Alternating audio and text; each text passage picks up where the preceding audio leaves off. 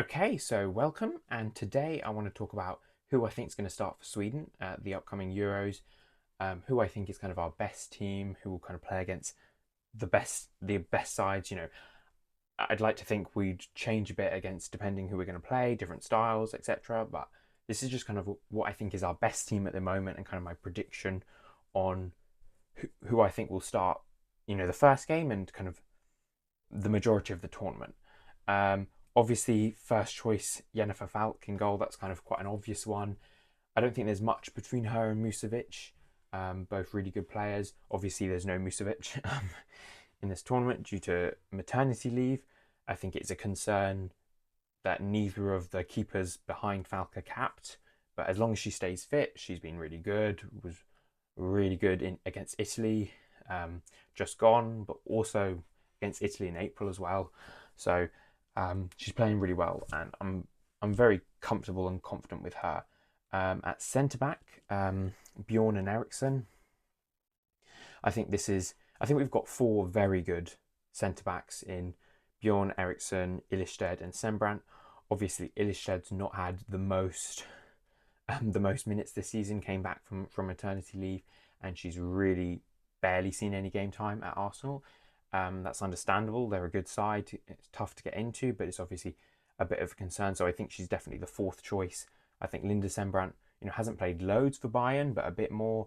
And she's played quite a lot for us over the past year. Like I honestly felt like we'd see her a bit more phased out, but since the 2023 World Cup, she's played a lot with Eriksson. Like Bjorn. I mean, Bjorn's had her injuries as well, so we've seen a lot of Sembrant and Eriksson, and every time she really impresses me, Sembrant. I think like, oh, with no disrespect, I think again, is she slowing down because of her age? But like, she shows no sign of that, playing really well.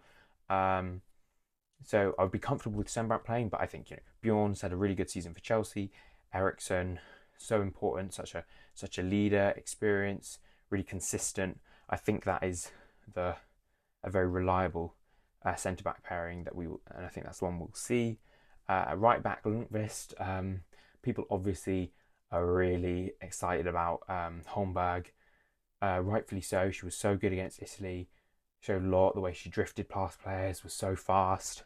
But I think Lundqvist, as I talked about in my Denmark review, she kind of her ability to tuck in and almost be a right centre back in build up occasionally, showed her flexibility, and then the fact she can also bomb down the right wing as well. She's got both in her game, and also like 1v1 defending. I think she's got a lot ahead of Holmberg. Obviously, Holmberg's very young. I think this is fairly obvious pick for me, still, but maybe in another game you could pick Holmberg, or coming off the bench if you're chasing a game, it could work. Right back, I think Jona Andersson. Again, whenever I mention Jona Andersson, I feel like I always have to mention her set pieces, but they are so good. Like the amount of, it's not specific her corners, but the amount of football games I've watched, and the amount of times a player hits the first player and right at the near post, and it's just like so many poor corners, and just Jona Andersson's always on point, always right in the danger zone, so deadly, and she's just so important with that aspect. Obviously, also a really experienced player. She can get up and down. She hugs the left wing. She's she's. I feel like sometimes she can get caught out defensively, 1v1, not perfect. And maybe if there was someone who was really behind her, really pushing, we would see. We would see something slightly different. We might see someone else come in, but like I think Nilden's a good solid option, but I think Jona Andersson really stacks herself ahead because of those set pieces. Really are that difference maker. So I think it's fairly nailed on. She'll start there. In centre midfield, I'd have Scotty Olme and Angeldal. I think there's only really three options for these two positions, and the other option is Benison. Um, I've been trying to think of like in an emergency, maybe Bjorn steps in. Obviously, played there in past tournaments, the past Euros. But I think it's three main options there.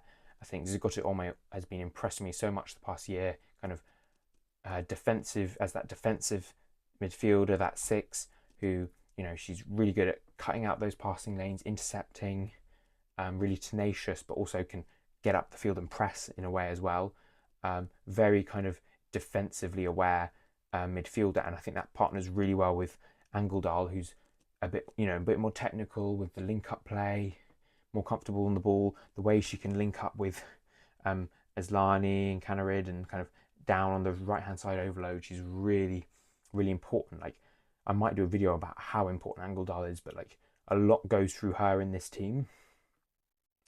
In that kind of right space here, she's so important. I think the good thing about Benison as a backup is I think she can play both roles. I think since moving to Juventus, we've seen that defensive side of her game really improve to the point where she can play that six, the deepest midfielder, but she can also play as the more technically advanced kind of player getting up the field where Angeldal plays. So I think it's good options there. I think in the 10 it says Lani. Honestly, if you asked me this time last year, I would have been expecting Kafaji to be, if not starting, like right there, really pushing.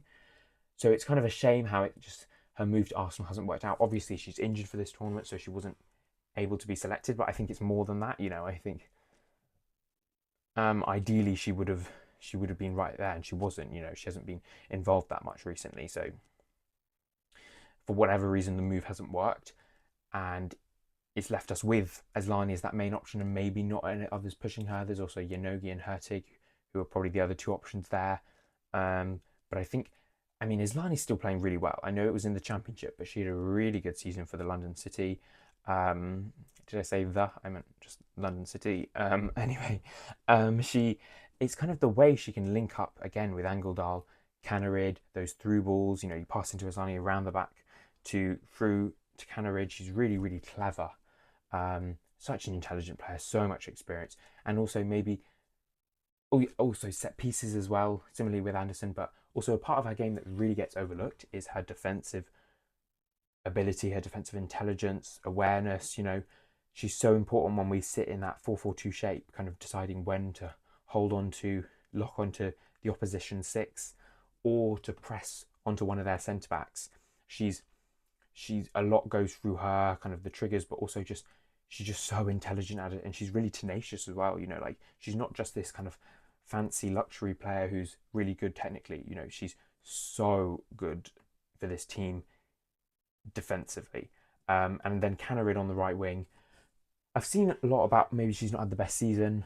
I get that, and maybe I think I've seen a bit of criticism when she renewed her contract at Chelsea. Maybe like kind of one trick with that, like the chop inside and stuff like that. But I think the thing about Canarid is that she has the ability to be world class on her day and like literally unplayable, and a lot in this team goes through her. So if she plays well, we play well, and we really focus a lot with going down the right hand side to almost give her a great opportunity to play well, the kind of the link up, the passing around.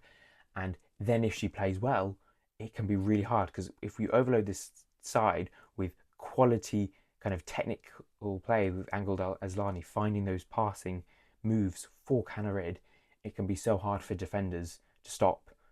So she's really important, and kind of undisputed she will be starting there.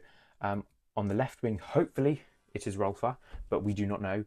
I spent a whole 17 minutes in my last video talking about who I think could replace Rolfa in the current squad, if she's not fit in time. So if you're interested in that, check that out. I can leave a link in the comments, but or in the description. But I spoke a lot about in that video about how clinical she is. Sorry, I'm a bit paranoid because my mic has cut out recently quite a lot. Rolfa, she showed how clinical she can be. She just scores some really like clutch goals for us. I'm thinking about that, or like that really powerful striking, that one against Denmark in February. Was it also she scored the goal from the Kafaji cross in April 2024 against England? Yeah, that 1-1 game. She's just so right place, right time, but also because we overload the right hand side, she comes in narrow, and there's this space for her, and kind of her presence. Also her ball carrying as well. There's just so much I can say about her. And of course, she's maybe not dribbling past players with ease and like pulling off loads of tricks, but the way she can carry the ball and kind of hold the ball, play it off, She's a really, really good footballer, and it's a big miss if she's not there. I think she's 100% starter if she's fit. If not, Yanogi or Hurtig are the other two options in that position for me. I probably lean towards Yanogi because of the game time she's had for Fiorentina, whereas someone like Hurtig's obviously barely played. Um, but yeah, as a striker, I'd have Blackstenius. Again, sometimes there's a bit of criticism for her. Maybe she can miss some easier chances sometimes, maybe some one-on-ones, but really, she provides a lot more than that in terms of the way she can run in the channels, kind of her hold-up play, the movement she makes, the way she can drag opposition centre-backs to give room for Islani and Rolfo in these pockets is so key to the way this team performs. So obviously it'd be nice if she scores some goals. I'd love it if she scores the winning goal in the Euros final like she did in the Champions League final. But at the end of the day, she can still provide a lot to this team, even if she's not scoring any goals. And that's just her movement and kind of occupying of the defenders. She's really intelligent, like really high level stuff. So she's again nailed on here. So yeah, that's the starting 11 that I think will play. I think it's fairly nailed on. Obviously, apart from maybe Rolfo if she's not fit, that is a concern. But other than that, like I think this is going to be the side. I can't see anyone else really stepping in. Like I'm thinking, like okay, if Sembrant plays, I'm comfortable with that. But I'd be surprised if she's starting ahead of Bjorn Eriksson. Same with like Holmberg ahead of Lundqvist. Same with like Bennison. Like I'm pretty sure this will be the team that starts the first game at least. Barring injuries. So yeah, give me your thoughts if you disagree in the comments. I'd be happy to hear them. I'll be doing more videos like previews for Euros games, reviews, stuff like that. So yeah, if you're interested, subscribe and I'll see you for the next one.